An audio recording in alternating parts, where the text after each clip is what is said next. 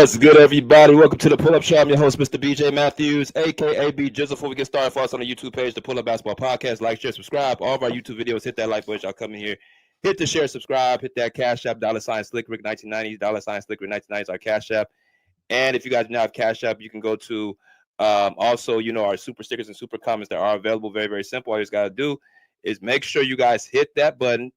Hit the $ symbol button. You guys can go and check out our content and donate to the Pull-Up Basketball Podcast at your own expense. It's very important for y'all to continuously sow into the Pull-Up Basketball Podcast. That's ways that we're able to continuously have the podcast running and ways for us to, continuously give y'all gratitude, for the content that we drop. If you guys don't want to do that, just make sure you guys smash the like button. If you're a new member, subscribe, all that good stuff. But let's get into it, man. Off season, excuse me, has definitely been upon us for the last month or so. But it looks like the LA Clippers finally made their first move, and the Clippers making their first move was not actually a player, it was actually a general manager, or now an ex-general manager for an opposing team in the Western Conference in our division, to be a little bit more discreet. And his name is Monte McNair.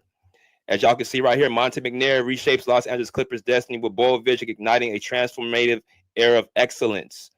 All right, so Monte McNair was announced as the LA Clippers advisor role for the Clippers a couple of days ago. I think it was on Monday. Was bombshell dropped by Shams Charania. As a matter of fact, let's do this, y'all. All right, so y'all can see right here, former Sacramento Kings general manager Monte McNair, the 2022-2023 NBA Executive of the Year, is joining the LA Clippers, Los Angeles Clippers in an advisor role. Sources tell ESPN.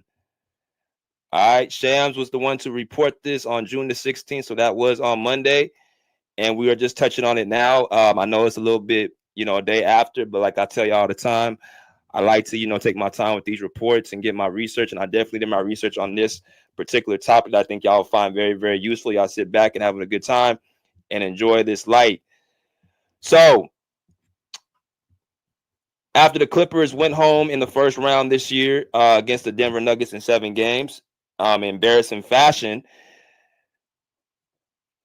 my main question going into this upcoming, not next season, to the off season, my question was going to be what the Clippers are going to do from here on out. And based on what the moves they make or they don't make, is going to determine how serious they are about winning a championship. It's going to determine how serious they are about winning in general. And it's going to tell me if the Clippers are more into winning or just selling out tickets and, showing around a very, expensive, nice toy, a.k.a. the Intuit Dome, which is definitely top state of the art. But let's go a little bit deeper in this, right?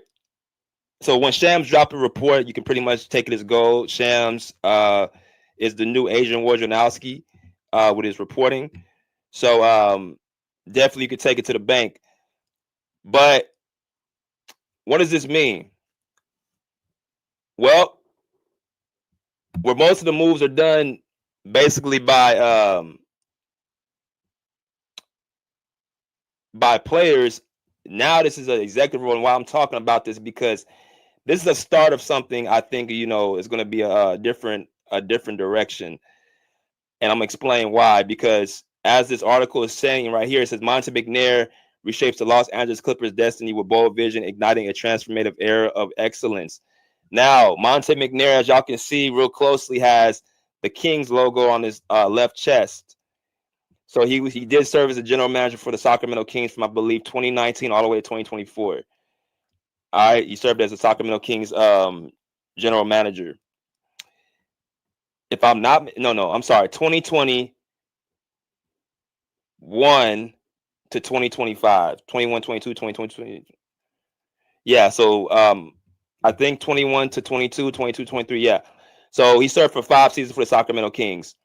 Now, the general manager's job is, of course, you guys know, the person who, tends to bring the players in, constructs the rosters, works right beside the owner, and the head coach, blase. So his term with the Sacramento Kings was, more so decorated with Mike Brown. Now, what I chose to do, I chose to look up my own information, but I also talked to a few people who were in Sacramento who know about this whole thing with Monte McNair, how his tenure there was, his release, all that stuff. And I'm going to kind of give y'all my thoughts of what I see here. First with the Clippers, like I said, this is a new direction for the Clippers. I thought right after that game against the Denver Nuggets when Steve Ballmer had that disgusting look on his face as the Clippers were getting pretty much manhandled against the Denver Nuggets, I thought that was a recipe for them to make a new change and a new move. I thought the fact that when you have so much invested into an organization and for them not to, basically get past the first round, he has that beautiful arena. Steve Ballmer wants to win. I'm more than convinced that he wants to win. I just think he has the wrong people around him to win. Now, I made it very clear that Lawrence Frank, in my personal opinion, Ty Lue, both need to leave. Why is that? Because they've been here for as long as this guy, Monte McNair, and they just ain't been able to get the job done. When I say get the job done, when you bring in a Kawhi Leonard and a Paul George, and you only get one conference finals appearance. Now, of course, I'm not going to blame them for that specifically because injuries didn't play a part in it.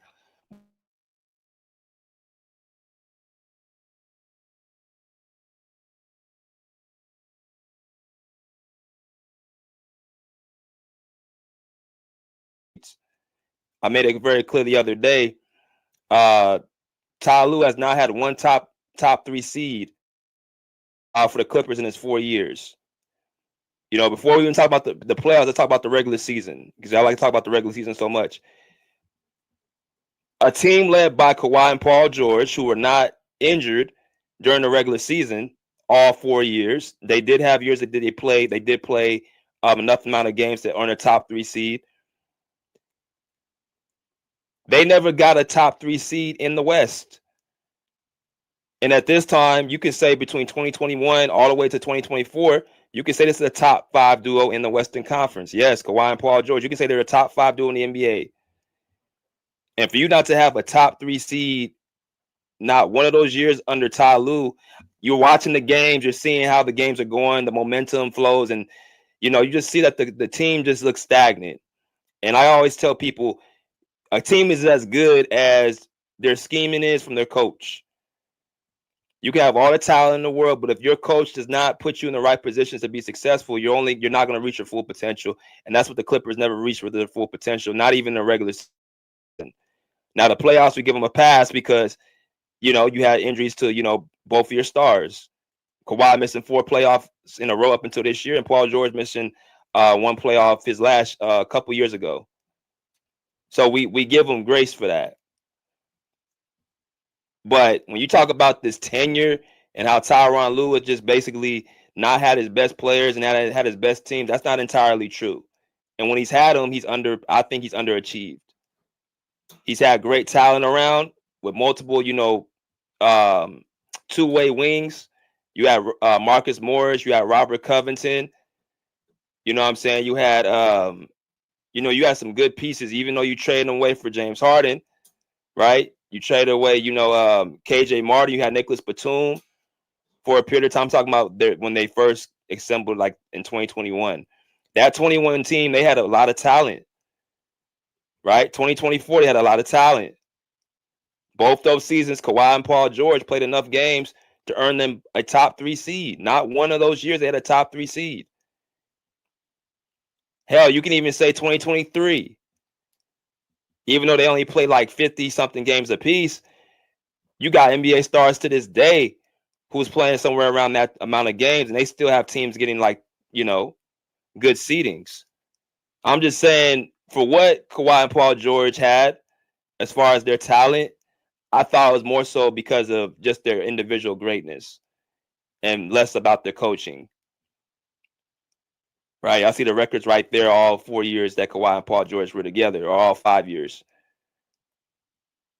And 4 of them were with Ty Lue, 2020 to 2024. Never earned a top 3 seed.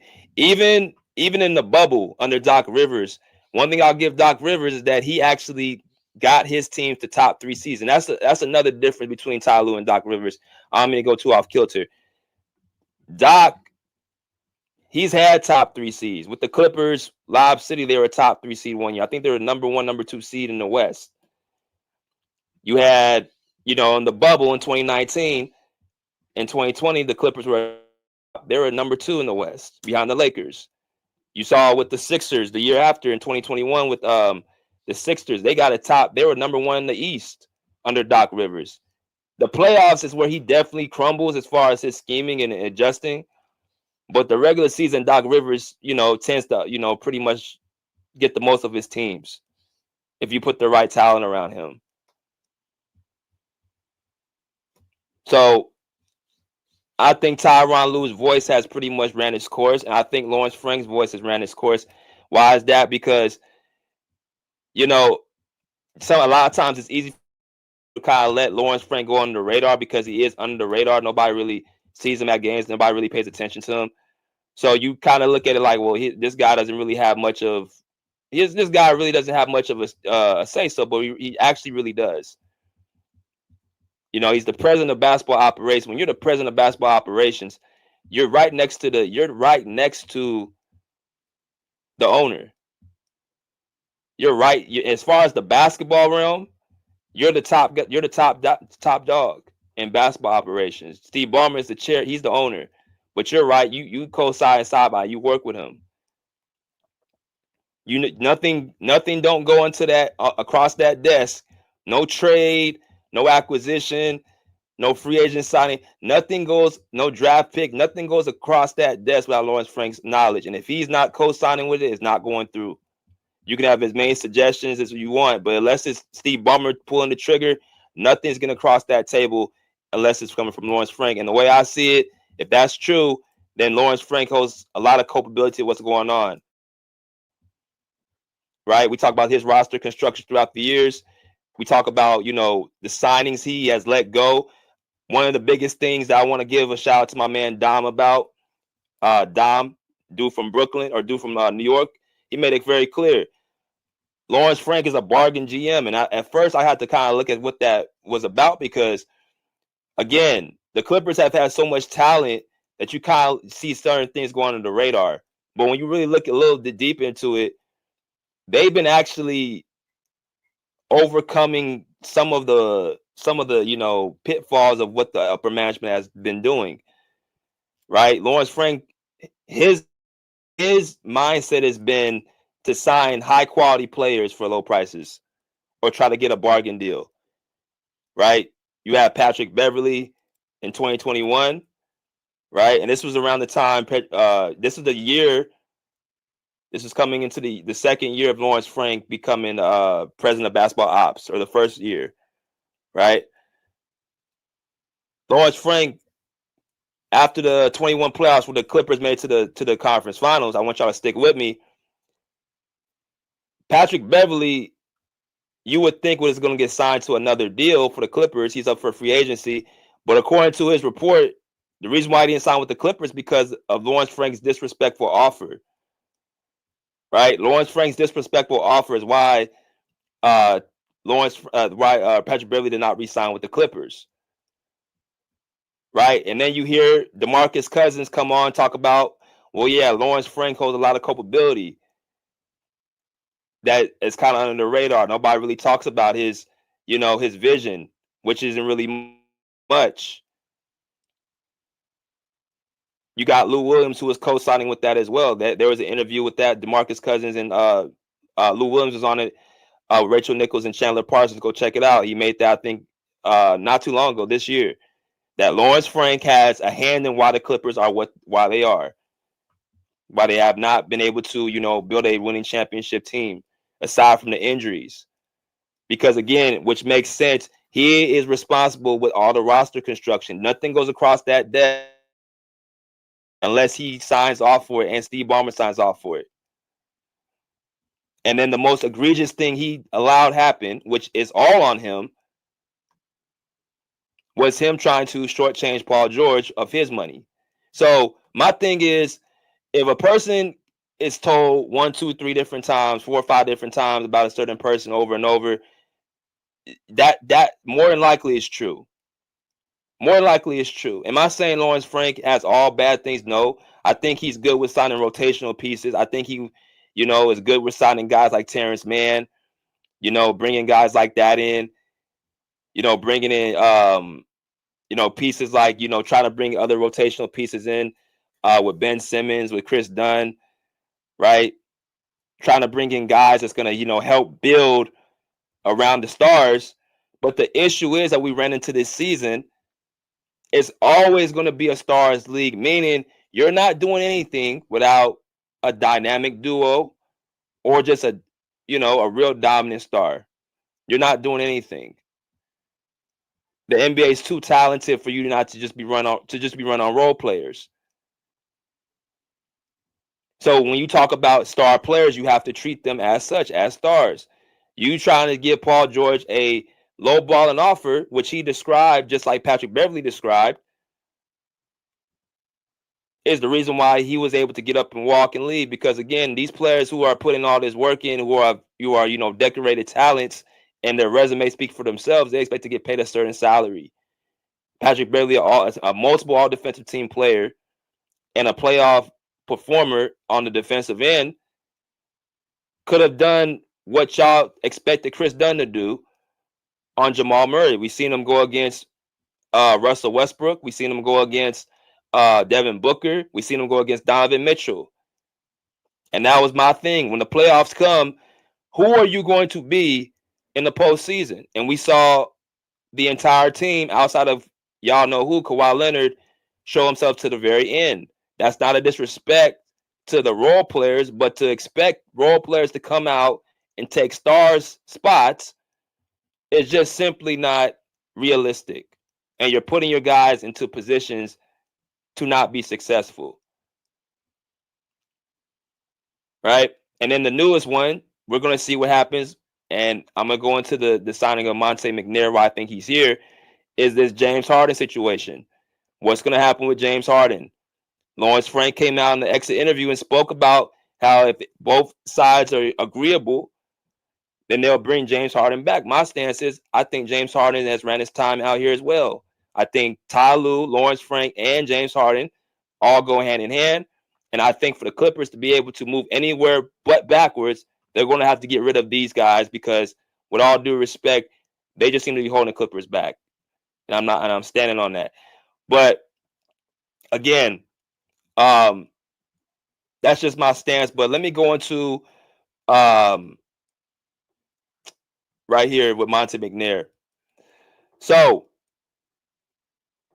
it says right here, Monte McNair reshapes Los Angeles Clippers' destiny with bold vision, igniting a transformative era of excellence.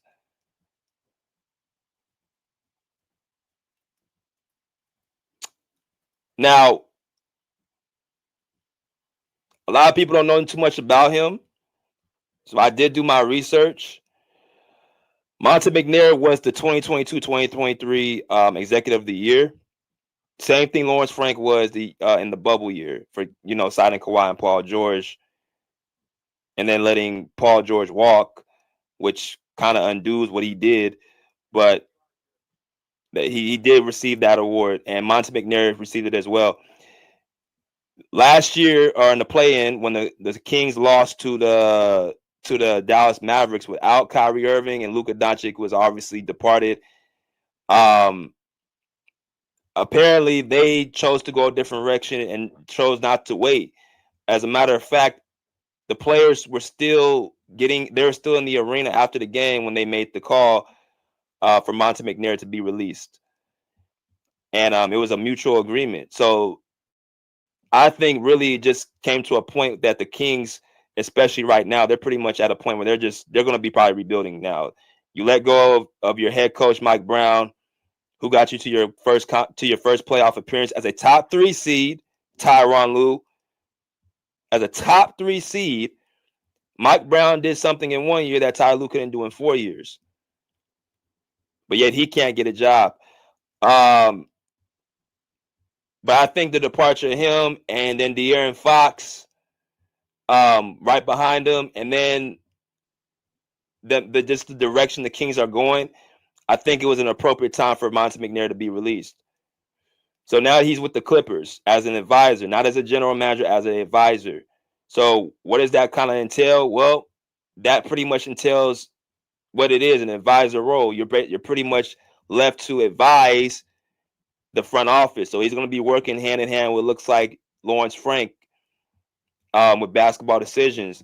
How do I feel about that? I feel very, very positive. Why is that? Because like everything I just said at the beginning of the video is why this move is desperately needed. Now, is he the right guy for the job is the question.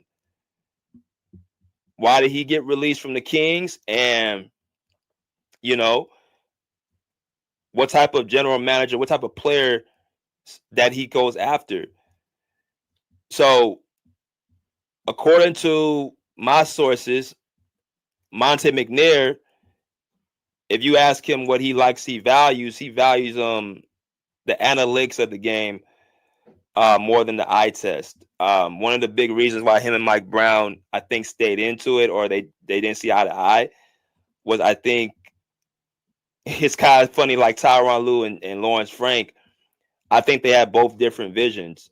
And that happens when you have a general manager and a head coach. You're going to probably find yourself into situations where they're going to have different visions. They're going to have different, mindsets. They're going to have different, opinions. To this day, I don't really see Lawrence Frank and Tyronn Lue hanging out with each other. And maybe that's, more so a normal thing, because if you look through the league, a lot of the general managers and coaches don't really tend to hang out. We know that, the Denver Nuggets, Calvin Boof and Mike Malone didn't really hang out. So aside from that, maybe this is a normal thing, but then again, maybe it's they don't have much of a relationship, and they probably don't need a relationship.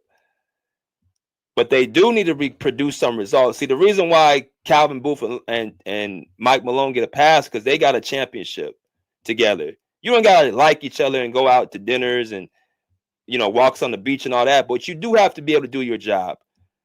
And if you're not able to do your job at a high level, you're pretty much down spiraling the progress of the team.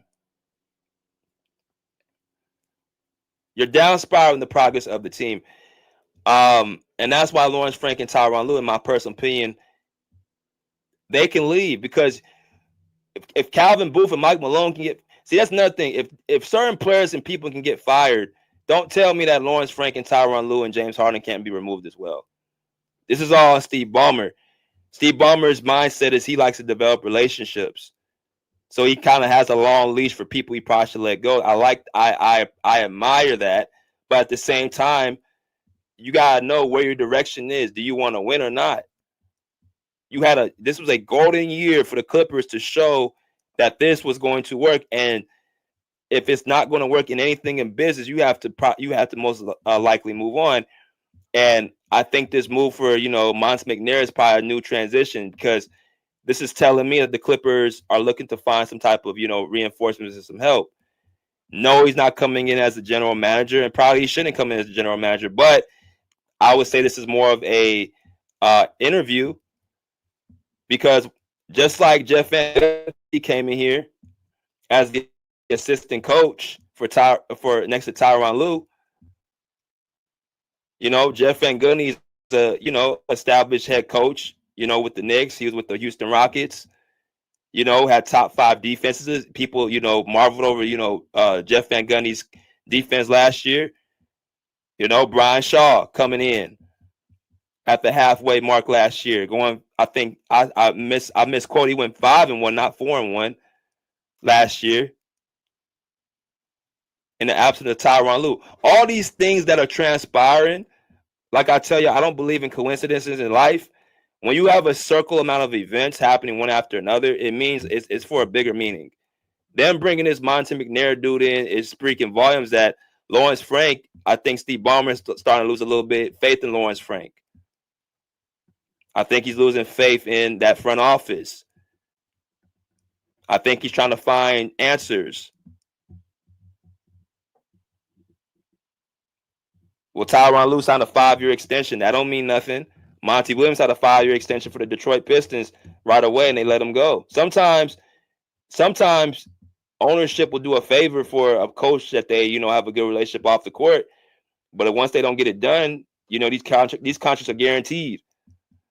So you still get your money. Mike Brown got his money. Frank Vogel gets his money. I'm not so sure if Taylor Jenkins, I think Tom Thibodeau's on a contract still. These coaches get their money. And a lot of times you actually doing a favor for the coaches who need some time away anyway. It's like a paid vacation.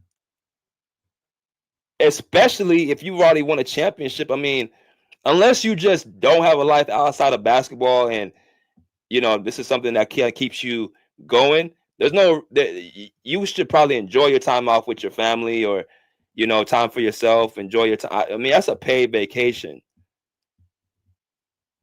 You don't have to work to get you're already set.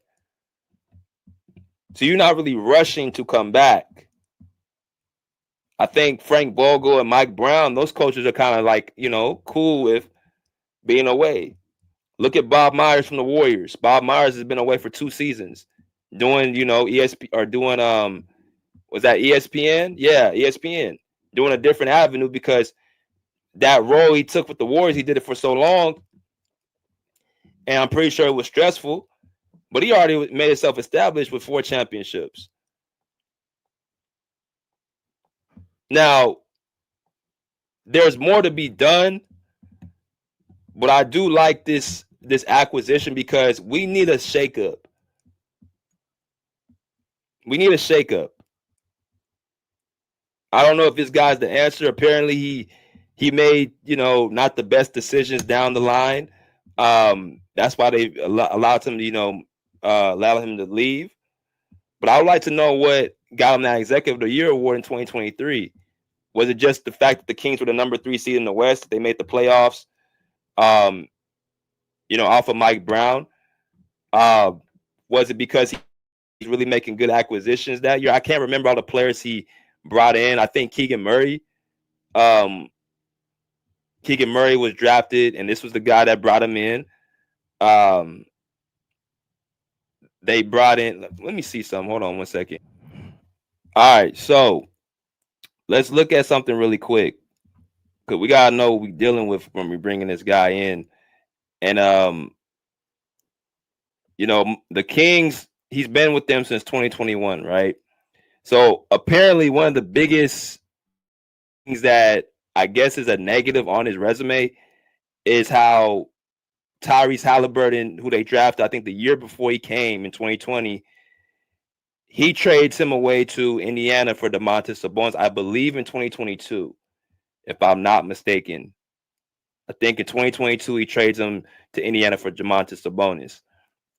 So that the way the Pacers are looking now, and the Pacers have been looking for the last couple of seasons, getting to ECFs and now the NBA Finals, that's one thing that holds against them. And from what the story is that they chose De'Aaron Fox over Tyrese Hallebert, which makes it even worse because De'Aaron Fox is no longer there. And quite frankly, De'Aaron Fox didn't do much of anything while he was there, other than he did get them to their first playoff appearance. But was that more so him or Mike Brown's coaching? I'm not saying De'Aaron Fox is a good player, a great player, but I mean, I think, as we're seeing now, he's a talent. There's a lot of guys who can score the basketball at 6'3" in the league. But I digress from once again, there's nothing that goes across this man's desk, the general manager's desk, or the president of basketball operations desk without their knowing. That's why I'm highlighting this right now. So Tyrese Hallebert let him go. That was on his watch. But then they draft Davion Mitchell, the guard that can play defense, which I think he's a very good role player. To say that he was, as good as Tyrese Hallebert, he didn't fill his position, but you play next to De'Aaron Fox or behind De'Aaron Fox, it kind of like, cancels that out because De'Aaron Fox is I think De'Aaron Fox was a better player at that time than Tyrese Hallebert. I just think Hallebert is more of a winner. But as far as 22, they draft Keegan Murray, who they still have to this day, which is their two-way wing. Now, this is a person that Mike Brown actually loved a lot. And right away, when they drafted Keegan Murray, that's the year They went to the playoffs. They went to the playoffs for the first time. So he obviously had a liking to Keegan Murray for him to draft him. And then you go into, after that, it kind of gets, a little bit bad. Most of these players are really not impacting their team. You got Jalen Slauson, Jordan Walsh, both second-round picks. Oliver Prosper was their last first-round pick, and then Jamal Shee was a second-round pick. So after the Keegan Murray acquisition, the drafts kind of went sour. They went south. Devin Carter, they drafted this year, who was a good defender. I think plays kind of similar to Davion Mitchell, a little bit bigger. But, as far as drafting, their last really only good draft was in his tenure was Keegan Murray. And then you had Jaden Hardy as well. I'm tripping. But he went to Dallas right after that. So I think we got to look at more deeper, just kind of see what he kind of, entails. But it seemed like he's big on like small guards. I mean, outside of Keegan Murray, who was really effective in the first round, he drafted, Davion Mitchell, Devin Carter, Jaden Hardy came in, later on as a good second round. Like, he values guards, I say, more than, two-way wings. That's just my opinion about it. But as far as, who he traded for and who he got, you got DeMar DeRozan, you got Zach LaVine, you got Malik Monk, right? These are players that, were in his tenure. They traded for Malik Monk back in 2022. They traded for him. They got, Zach LaVine, DeMar DeRozan to come over here. They got Domantas Sabonis to come over here.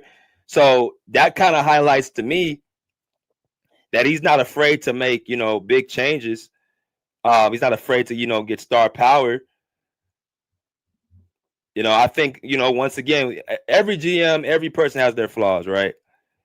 The general manager doesn't have all the power, but they sure definitely have, a good majority of it, because the owner, for the most part, is hiring people that he trusts to do their jobs, to uptake the organization, because he has so much going on. He's trying to put his hands in so many different things. He don't have the knowledge nor the time to run the basketball franchise. So he pays people to do it. So if you look at Monte McNair's resume, they got to the playoffs, and also he brought in Mike Brown. Right? You helped bring in Mike Brown. Same way GMs like Pat Riley, president of basketball operations, brought in Eric Spoelstra. That's his guy. I mean, that's who he brought in. The president of basketball operations, the GM, whatever that their titles are, they are the ones that tend to bring in these coaches. Mike Dunleavy, taking the role of, I can't remember his name. Y'all know what I'm talking about, for the Warriors. Right? So that's their job. So if you talk about his tenure, Monte McNair's tenure, 5-year tenure with the Kings, I mean, is it as good as any other general manager they didn't have? I seen they didn't have Vlade Divac run that office, and he did horrible. Predrag Stojakovic didn't do well, and that goes a lot into, it's kind of weird, former player, just because you're a good player back in the day, don't mean you're not a properly draft player. Some people have to go in their actual real realms, stay where they're at. But I think he's brought in some good pieces. I think he's, brought in a good coach. As far as his draft capital, I don't think is as impressive. But then again, the Clippers don't need to worry about draft picks, because they have enough. And see, that's another thing too. They have enough young pieces on that bench. It's just Ty Lue doesn't like to play them. Kobe Browns. They had Moussa Diabate. You had Kai Jones. You had Brandon Boston, who's a little bit more of a difficult situation because he played behind Kawhi and Paul George at that position. But you had him, Amir Coffey. who's turned into a very good rotational piece. Ty Lue sits him down. So the vision ain't clear between the coach and the GM. And when the vision ain't clear between the coach and GM, it's time to move off of both of them. Because what you're doing is a power struggle, and the team's going to go all different directions except the right direction. You're being pulled two separate ways. You got a coach, you got a GM saying, here's a player that I think can help you, and you got a coach saying, nah, I'm gonna put him on the bench at the end of the bench and stick it to him like, all right, this is my team. I control what happens here. Don't tell me who to play, not to play. So pretty much you got all these players who they're drafting and they're not playing. Just look at the Clippers bench and see how many players just don't touch the floor. Just look at the bench and tell me how many Clippers players don't touch the floor. So if that's the case, you're not going deep into your bench. That means you're not in agreement to who's being brought in. And that's why you got all these players leaving the Clippers one after another, year after year, because they're not being utilized. Terrence Mann not being utilized. Only in spot minutes. Amir Coffey will be out the door right after. So now that the whole story is Jordan Miller, who's supposed to take his spot. Jordan Miller, to me, is not the answer as well. I know people were high on him in the preseason, but I think if you ask between him and Amir Coffey's more athletic. He's a better three-point shooter. He's bigger. I mean, what has Jordan Miller proven to be other than a great summer league player in his time here? This is what happens year after year with a lot of the Clipper fans. They get their hopes up with a new shiny toy, only for it to not work. It don't matter who you bring in until you get rid of you start at the top. It's only when you're gonna start seeing real changes, and that's where I think the Clippers are making the best decision by making this move to bring in this Monte McNair guy. Because my personal opinion is that these two need help. Actually, they need to be gone. But if you're gonna keep at least one of them here, or keep them both here, they're gonna need some more advice.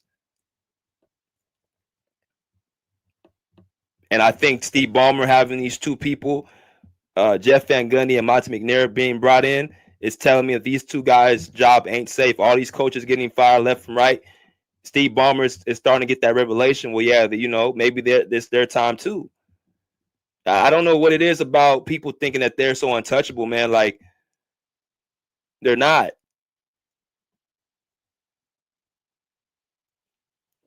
Their vision is just not the same. So you have to look at bringing in different reinforcements. But that's what I'll say about that. Good transaction for the Clippers. I think this is a step in the right direction. We will see what happens with here on out with the players. I think the free agent's going to start in June in a couple of weeks, where players have to make a decision if they're going to resign or leave. Norman Powell's up for his player option as well. That's another person to be watching. What's going to happen with Norman Powell? Do the Clippers say we're going to go ahead and extend him? Do the Clippers say they're going to let him finish out his last year? Or the Clippers are going to look to possibly move off Norman Powell? Because now that you don't have a true second option and you thought Norman Powell was going to be that, this is a different spot for Norm too. Because this man was given the opportunity to be a starter, right? He campaigned for himself to be a starter. And he held his own for the first part of the season. I echoed it that Norman Powell was their best player, their more impactful player, scoring the most points. In my personal opinion, you go across the league, name the team where the leading scorer ain't called the best player. Name the team that has the leading scorer ain't called the best player.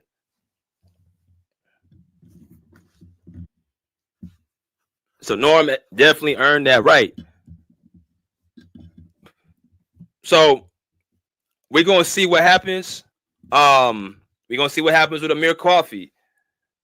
Amir Coffey, who I thought was wrongfully benched for absolutely no reason. We're gonna see what happens with him. I think he's personally gone, and that would be a shame if he is. because you got a guy similar to Luke Kennard who can knock down the three-point shot, but also, when utilized correctly at his position, can be a serviceable defender and a very good up and down player. And as well, he's only 27 years old. We're going to see what happens with Ben Simmons. Now that again, because of what was told to him coming here, I think Tyronn Lue was the person that pretty much took the rug underneath Ben Simmons' feet, because he was talking like he was going to be involved into the rotation by Lawrence Frank and Tyronn Lue. But then as time goes on, that does not become the case. So does he want to come back here? I think Ben Simmons does have a spot on this team if he's utilized correctly. See, all this comes down to if the coach knows how to use these guys. Don't tell me a player ain't serviceable who can do everything at 6'10" other than really shoot the three-point shot. He can rebound, he can defend, he can play, make, and do everything except really shoot. That's not his job. It was never his job. He wasn't shooting the ball like that even when he was quote unquote in his best years in Philly. Ben Simmons, all he needs to do is be utilized and be utilized in the right way. And when he first started the season, he against that game against the Utah Jazz, I think he had 12 points and even played some big minutes down the stretch. You have to make Ben Simmons feel comfortable. I know it may sound like you babying him, but he's a supreme talent at that size. You have to find ways to utilize it. You can't just bench that and say, it ain't no good. That means it's a coaching problem. But yet you want to play Chris Dunn, who is a liability offensively as well. I mean, hell, it's the same thing. Whether you shooting and you only have 4 points and you are shooting, forcing shots, and you have 4 points, it's essentially the same thing. So when people come to me and say Ben Simmons won't shoot, well, would you rather him shoot and take a bad shot, or would you rather him get somebody else a good open shot? Would you rather him be a guy playing defense and playing good defense at all 4 or 5 positions, which he could do, or worry about an outside shot that he never was really taken before? You be the judge. But Monte McNair, welcome to the Clippers. We'll see how your tenure goes here. We'll be back here shortly with more Clippers news. I know I ain't been really involved throughout the season, but we will be picking back up here soon in the next few weeks. But I have to let this news out. But until next time, pull up, see, pull up, check, pull up, pace, out of here like swimwear.